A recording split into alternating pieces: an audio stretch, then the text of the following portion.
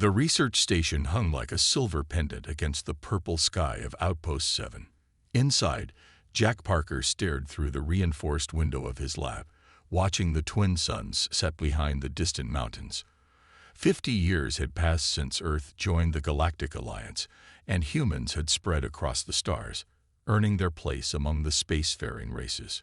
Jack loved his job as a xenobiologist. While other scientists chased fame in the busy core worlds, he preferred the quiet frontier. Here, at the edge of known space, he could study new life forms in peace. The station itself wasn't much, just a collection of connected modules with labs, living quarters, and a small landing bay. But it was home.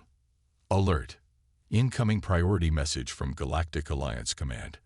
The station's AI announced, its calm voice filling the empty lab. Jack looked up from his work, pieces of alien plant samples scattered across his desk. "Play message," he said, stretching his tired muscles. A hologram appeared in the center of the room. The blue figure of Admiral White, their sector commander, looked worried. That was never a good sign. "Attention all frontier stations. This is a Class 1 warning. Our deep space sensors have detected Shadowclaw activity in your sector. I repeat, Shadowclaws are in your sector. All stations are to activate defensive protocols immediately." Jack felt his heart skip a beat. Everyone knew about the Shadowclaws. They were the stuff of nightmares. 12-foot-tall predators with natural armor plating and claws that could tear through spaceship hulls. The few survivors who had encountered them described creatures of pure instinct and rage. The hologram continued. "If you spot any Shadowclaw ships, do not attempt contact. Do not approach. Their species has refused all attempts at communication for the past 300 years. They attack without warning and show no mercy. Evacuate if necessary. Alliance battleships are en route to your sector. Admiral White." Out. The lab fell silent. Jack walked to his computer and pulled up the known files on Shadowclaws. The screen filled with blurry images and warning signs. In 50 years of space exploration, humans had never directly encountered these creatures. Everything they knew came from other Alliance species. "Computer, give me a full scan of our sector," Jack ordered, his scientific curiosity winning over fear. "Scanning," the AI replied. "Warning. Unknown vessel detected. Match. 89% probability of Shadowclaw design. Distance. 300,000 kilometers and closing." Jack pulled up the visual feed. The ship looked like a dark arrow, its hull covered in patterns that reminded him of tribal markings. It was beautiful in a dangerous way. "Jack." Station Director Tom burst into the lab. "We're initiating emergency protocols. Get your samples secured. We might need to evacuate." "But Tom, think about it," Jack argued, pointing at the screen. "This could be our chance to learn something new about them. No human has ever studied a Shadowclaw up close." Tom shook his head. "That's because all who tried ended up dead. The Alliance has clear protocols about this. Even the warrior races fear them. Jack, they're animals. Beasts. We used to say the same thing about Earth's predators," Jack replied quietly, "before we learned to understand them. This isn't one of your Earth tigers, Jack. These things hunt across solar systems. They've destroyed entire space stations." Tom's voice softened. "I know you're curious, but some things are better left alone. Now secure your lab." "That's an order." Jack nodded, but his eyes drifted back to the screen. The ship's markings didn't look random. They were too precise, too intentional. Everything he'd learned as a xenobiologist told him that patterns meant communication, meant intelligence. As he secured his samples in the storage unit, a new alert flashed across his screen. The Shadowclaw ship had changed course. It was damaged, trailing debris, and falling into the planet's atmosphere. Jack watched its descent path and realized it would crash less than 10 miles from the station. His heart raced with both fear and excitement. Sometimes, he thought, The greatest discoveries came from doing exactly what you were told not to do. Jack watched the smoke rise from behind the hills through his binoculars. The Shadowclaw ship had crashed 10 minutes ago, leaving a trail of burning debris across the purple sky. He sat in the station's small ground vehicle, hidden behind a cluster of rocks, breaking every safety protocol in the book. "Computer, any signs of life from the crash site?" he whispered, though no one could hear him out here. "Affirmative. One life sign detected. Biometrics match known Shadowclaw patterns. Warning. Approaching crash site is against Galactic Alliance regulations." Jack ignored the warning. He had disabled his location tracker and left his comm unit on silent. Back at the station, they probably thought he was securing the deep storage units. He had maybe an hour before they noticed he was gone. The ground vehicle's scanner beeped. The life sign was getting weaker. "It's dying," Jack muttered to himself. Despite everything he'd been taught about these creatures, the thought bothered him. No living thing deserved to die alone and afraid. He started the vehicle and drove closer to the crash site. The Shadowclaw ship was bigger than he expected. Its dark hull was cracked open like an egg, revealing complex machinery inside. This was no primitive vessel. The technology looked advanced, maybe even more advanced than Alliance ships. A sound caught his attention. A deep, rumbling growl that made his bones vibrate. Jack turned slowly. There, trapped under a piece of the ship's hull, lay a Shadowclaw. The creature was enormous. Even lying down, it was twice Jack's height. Its black armor plates had a metallic sheen, covered in the same intricate patterns he'd seen on the ship. But what caught Jack's attention were its eyes. Golden, with vertical pupils, and filled with something he never expected to see. Intelligence. The Shadowclaw watched him, making no attempt to attack. Its chest rose and fell with labored breaths. A thick, dark liquid, probably blood, pooled beneath it. Jack's hands shook as he reached for his medical scanner. "I'm not going to hurt you," he said softly, knowing the creature probably couldn't understand him. "I just want to help." The scanner showed multiple injuries. The worst was a damaged leg, pinned under the wreckage. Without help, the creature would die. The Shadowclaw's eyes followed his movements. It made a sound, not a growl this time, but a series of clicking noises. Jack's scanner picked up unusual temperature changes around the creature and slight electromagnetic pulses. "You're trying to communicate," Jack realized. He held up his hands to show he had no weapons. "I'm going to try to move this piece off you. Please don't eat me." He walked to his vehicle and returned with a portable gravity lift. The device could reduce the weight of small objects, but it wasn't meant for ship parts. Still, it was the only option. As Jack worked, the Shadowclaw remained still. Only its eyes moved, tracking every action. After 20 minutes of struggling with the gravity lift, the metal piece finally shifted enough for the creature to pull its leg free. Jack stepped back, ready to run, but the Shadowclaw didn't attack. Instead, it pulled itself to a sitting position and touched its chest with one massive clawed hand. The temperature around it changed again, forming a pattern Jack's scanner recorded. "Are you telling me your name?" Jack asked. The creature repeated the gesture. Jack checked his scanner. The temperature pattern was precise and deliberate. "The Alliance is wrong about you, aren't they?" Jack said quietly. "You're not mindless animals at all." A distant alarm echoed across the plains. The station had discovered he was missing. Soon, they would come looking for him. The Shadowclaw tried to stand but stumbled.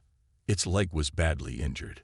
Jack made a decision that would change his life, and possibly the relationship between humans and Shadowclaws forever. "Come with me," he said. "I know somewhere safe." Getting a 12-foot alien predator into the station's backup storage unit wasn't easy, but Jack managed it. The old storage room, located in a forgotten corner of the station, now held the galaxy's most dangerous creature. And somehow, Jack had to keep it secret. "I'm going to call you Rex," Jack told the Shadowclaw, who sat quietly in the corner. "It means king in an old Earth language." Seems fitting. The creature's head tilted slightly. The temperature in the room shifted in that now familiar pattern. Jack's scanner recorded another series of precise electromagnetic pulses. "You're trying so hard to talk to me, aren't you?" Jack muttered, studying the scanner's readings. 3 days had passed since the crash. In that time, he'd learned more about shadow claws than the Alliance had in 300 years. The door hissed open. Jack spun around, heart racing, but it was only the maintenance robot he'd reprogrammed to bring supplies. "Food delivery," the robot announced, placing a container of raw meat on the floor. Jack had raided the station's emergency supplies, claiming a containment leak had ruined them. Rex reached for the meat with surprising grace.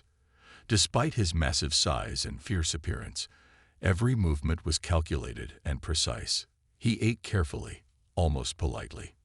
Jack sat at his makeshift workstation, surrounded by modified scanners and displays. "Look at this," he said, pointing to a screen. "Your temperature changes and electromagnetic pulses. They're not random. They follow patterns, complex ones." Rex finished eating and moved closer to look at the screen. His golden eyes studied the display with clear understanding. "It's your language, isn't it?" Jack said excitedly. "You communicate through temperature and electromagnetic fields. That's why nobody understood you before. They were looking for the wrong signs."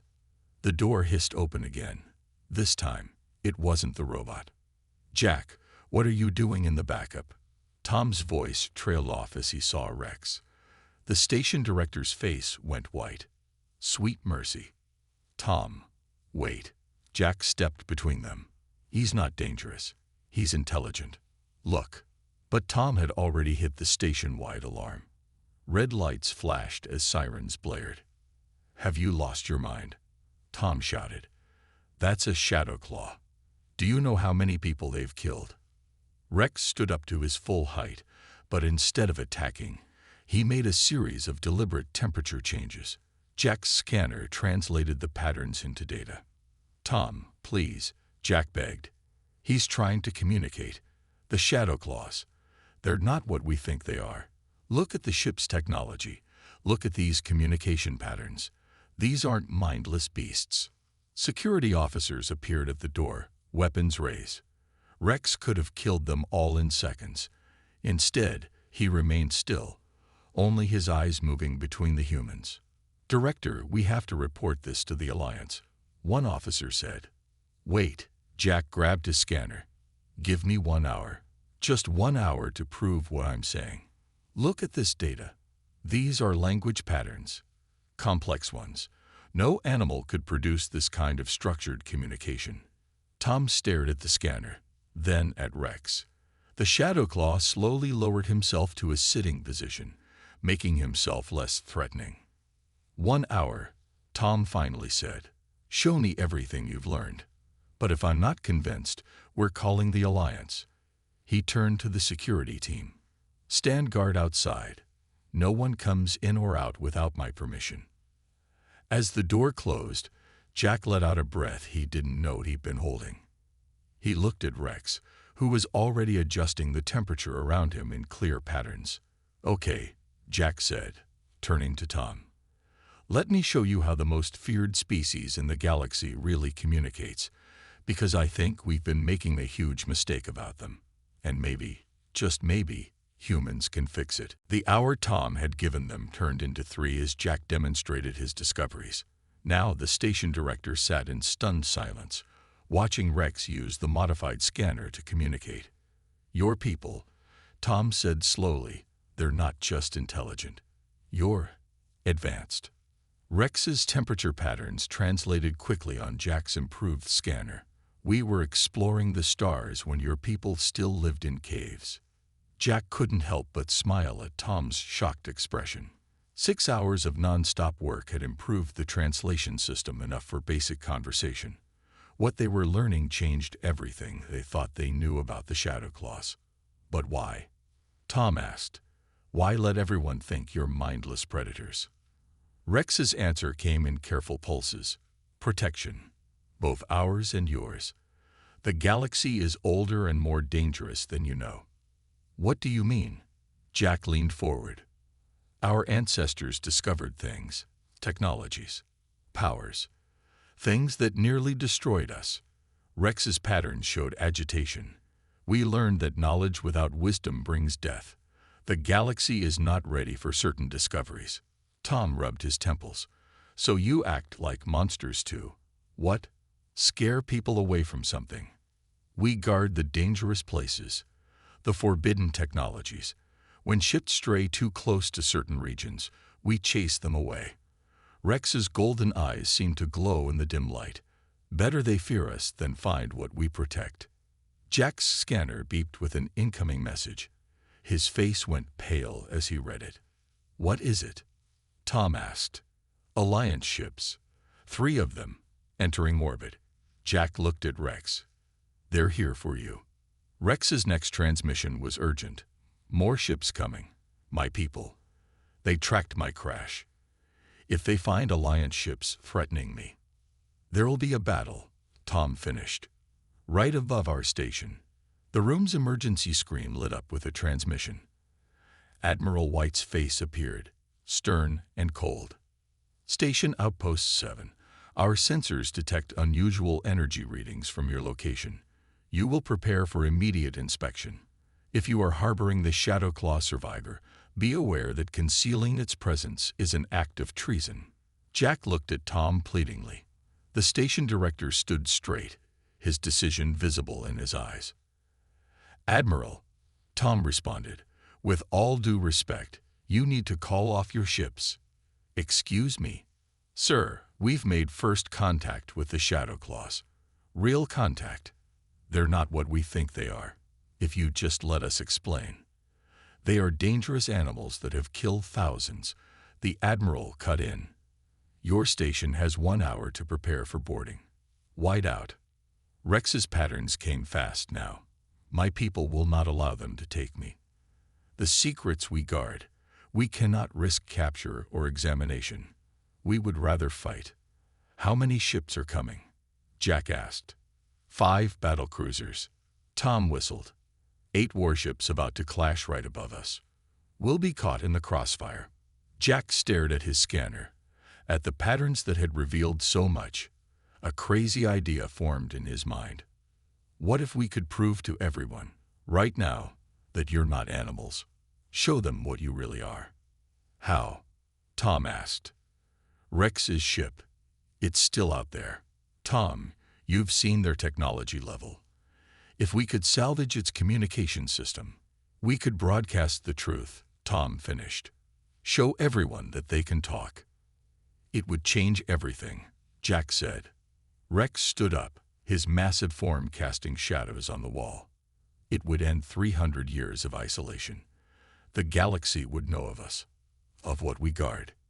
Maybe it's time, Jack suggested. Humanity's young, yes, but we've learned that sharing knowledge is better than hoarding it. Perhaps we could help you protect whatever you're guarding, instead of being kept away from it. Rex was quiet for a moment. Then new patterns formed. We have 1 hour. Let us try your way, human friend. The crash Shadowclaw ship loomed before them, its dark hull gleaming under the portable lights they'd set up. Jack, Tom, and Rex had 30 minutes left before the Alliance ships started their boarding operation. Above them, 8 warships circled like hungry sharks, waiting to strike. The communication array should be in the front section. Rex transmitted through Jack's scanner. The massive alien moved with surprising speed despite his injured leg. Found it, Jack called from inside the wreck. But it's damaged. Tom, we need the power cells from the ground vehicle. Tom ran back to their vehicle while Jack and Rex worked to free the alien technology. The array looked like a black crystal covered in the same intricate patterns as Rex's armor. Wait, Jack said, studying the patterns. These markings, they're not just decoration, are they? They're circuit paths. Rex's temperature patterns showed what Jack thought might be pride. Yes, we grew these crystals over thousands of years. They channel both energy and thought. A deep rumble shook the ground. Everyone looked up. Through the purple clouds, They could see flashes of light. The ships were powering up their weapons. 10 minutes until they board, Tom announced, running back with the power cells. Jack's hands moved quickly, connecting their primitive power source to the advanced alien crystal. Rex, even if we get this working, will your people listen? Or will they just attack anyway? They will listen, Rex transmitted. But the Alliance, they have spent centuries teaching everyone to fear us. Will they listen? Another rumble, stronger this time. The clouds lit up with more flashes. Jack. Tom pointed at his tablet. Alliance ships are charging weapons. They're not waiting for the hour to end. Rex's patterns turned urgent. My people will not fire first, but they will defend. A blast of energy cut through the clouds, striking one of the Shadowclaw ships. The alien vessel's shields flared brilliant blue but held.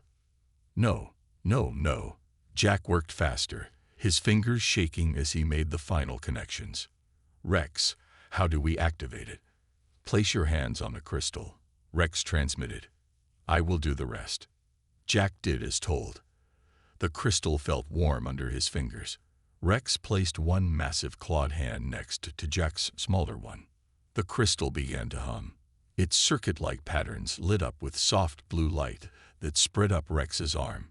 Jack felt a strange tingling sensation. Above them, chaos erupted. Energy beams crisscrossed the sky as both sides opened fire. The station's warning sirens blared. Broadcasting on all frequencies, Rex transmitted. His patterns were stronger now, feeding directly into the crystal. To all ships in orbit, stop your attack. We offer truth. The crystal pulsed. Suddenly, the air filled with patterns of temperature and electromagnetic waves. But this time, everyone could feel them. Rex was broadcasting his language at full power, and the crystal was translating it into something all species could understand. We are the Shadowclaws. Rex's message boomed across all channels. We are not your enemies. We are the guardians of ancient knowledge, protectors of secrets that could destroy us all. For too long, we have hidden behind fear.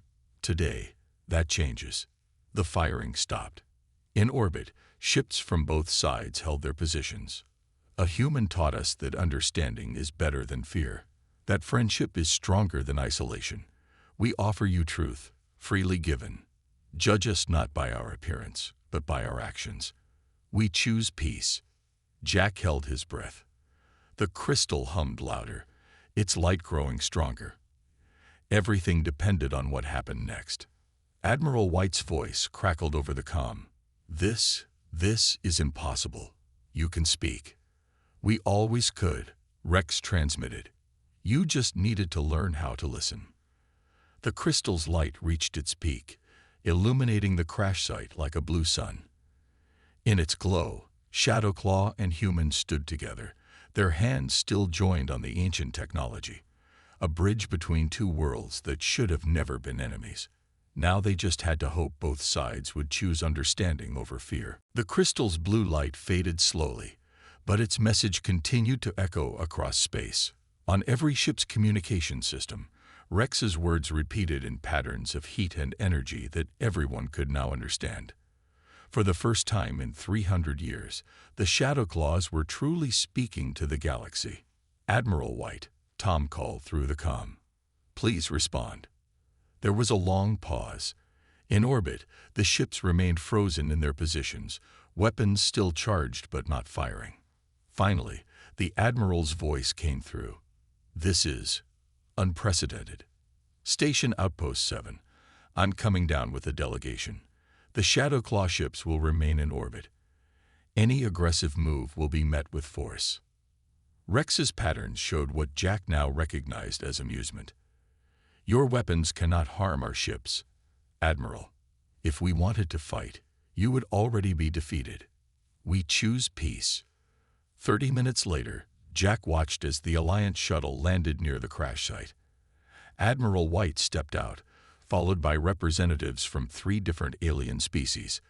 Their faces showed a mix of fear and curiosity as they approached Rex. Impossible. whispered a tall, blue-skinned alien that Jack recognized as a stellar council member. All our records show them as mindless predators.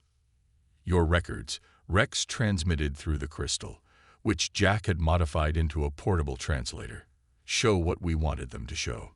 Come, let me reveal why. Rex led them into his crashed ship. In the light of emergency lamps, he activated a hidden panel. The ship's wall transformed into a giant screen showing star maps and ancient ruins. 10,000 years ago, Rex explained, the first ones nearly destroyed the galaxy with their technologies. Weapons that could erase stars. Devices that could bend space and time. When they vanished, they left their dangerous toys scattered across space. The first ones, Admiral White asked.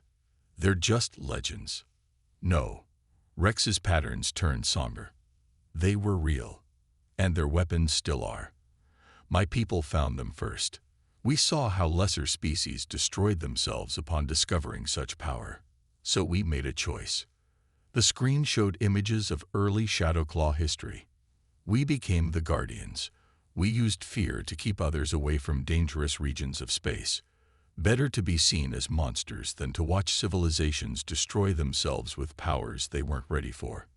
Jack stepped forward. But now you're revealing everything. Why? Rex turned his golden eyes to Jack. Because of you, friend. Humans are young, yes, but you showed us something we have forgotten. There is another way to protect, through understanding and cooperation, not fear. The Stellar Council member spoke up. These weapons you guard, they're real. All this time, you were protecting us. Yes, but we grow tired of being alone. Rex's patterns softened. Perhaps it is time for change. The galaxy has matured. Perhaps together, we can guard these dangers better than we could alone. Admiral White looked at Jack, then at Rex. His stern expression had changed to one of wonder. All these years, the Admiral said quietly, all these years, we thought you were the monsters. But you were the Guardians all along. Knowledge without wisdom is dangerous, Rex transmitted. But wisdom shared makes us stronger. This human taught us that. Jack felt everyone's eyes on him. He hadn't planned any of this. He'd just tried to help an injured being, like any decent person would. So what happens now? Tom asked. Rex's patterns showed determination. Now, we talk. Really talk. About the past, about the future, about how we can work together to protect the galaxy's most dangerous secrets. And this station? Jack asked, hopefully. Admiral White actually smiled. I think Outpost 7 just became the most important diplomatic location in the galaxy. After all, it's where humans prove that understanding can overcome fear. Outside, the purple sky had cleared. The Alliance and Shadowclaw ships still hung in orbit, but now they seemed to be dancing rather than threatening each other. A new age was beginning. And it all started because one human chose to help instead of fear. 1 year had passed since the day Jack Parker broke every rule in the book by helping an injured Shadowclaw. Now he stood in a huge hall on Outpost 7, which had grown from a small research station into the galaxy's premier center for interspecies cooperation. The station had tripled in size. New wings stretched out from the original building like silver spokes, each one hosting diplomats and scientists from different worlds. But the most impressive addition was the teaching center, where Jack now prepared for his next class. Ready for another session? Rex asked, his temperature patterns flowing through their now perfected translation devices. The massive Shadowclaw wore ceremonial armor covered in glowing circuit patterns, but his golden eyes still held the same intelligence that Jack had first noticed in the crash. Almost, Jack replied, adjusting the room's environmental controls. Did you see how many signed up for today's class? 237 students from 52 worlds. Rex's patterns showed pride. The largest class yet. The teaching hall's doors opened, and students began filing in. Jack still smiled every time he saw it. Young diplomats and scientists from across the galaxy, sitting side by side with Shadowclaws. A year ago, this would have been unthinkable. "Welcome to Advanced Xenobiology and Galactic History," Jack announced once everyone was seated. "I'm Dr. Jack Parker, and this is Chief Guardian Rex." Rex stepped forward, his presence no longer causing fear but respect. Today's lesson: the first ones and the responsibility of power. The hall's central platform lit up with holograms showing ancient star maps and mysterious artifacts. These were things the Shadow Claws had hidden for millennia, now being shared carefully with selected students. "The greatest discovery we made," Rex transmitted while Jack operated the displays, "wasn't the ancient weapons or the forbidden technologies. It was that protection comes in many forms. Sometimes, the best way to guard something isn't to hide it, but to teach others why it must be handled with care." Jack nodded, remembering their long discussions about this change in philosophy. The Shadow Claws taught us about the dangers lurking in space. In return, humans taught them about the power of trust and education. A young Shadow Claw student raised her hand, her patterns showing curiosity. "Is it true that you weren't afraid when you first met Chief Guardian Rex?" Jack laughed. "Oh, I was terrified. But being afraid doesn't mean you can't also be kind. Sometimes, the scariest-looking people turn out to be the best friends." "That is the lesson that changed our people," Rex added. "For thousands of years, we used fear to protect the galaxy. Now we use understanding. And the galaxy is stronger for it." As the class continued, Jack glanced out the huge window. A Shadow Claw ship glided past, its dark hull now decorated with symbols of both their species. Below it, construction crews worked on the next addition to the station, the Great Archive, where the knowledge of the first ones would be safely studied and preserved. "Next week," Jack announced as the class ended, "we'll begin practical exercises. Shadow Claw students will teach others their temperature pattern language, while other species will share their own unique ways of seeing the universe." As the students filed out, Rex turned to Jack. "Did you ever imagine, that day in the crash site, that this would be the result?" Jack shook his head. "I just wanted to help someone who was hurt. Isn't that what being human is all about? Perhaps that is why your species was the one to bridge this gap." Rex's patterns showed warmth. "You look at the most feared creatures in the galaxy and see not monsters, but potential friends." Outside the window, the twin suns set behind the mountains, painting the sky in brilliant purples and golds. The same view Jack had seen a year ago, but now it felt different. Now it wasn't the edge of known space, it was the beginning of something new. A place where humans had proven that sometimes the bravest thing you can do is offer friendship to those everyone else fears.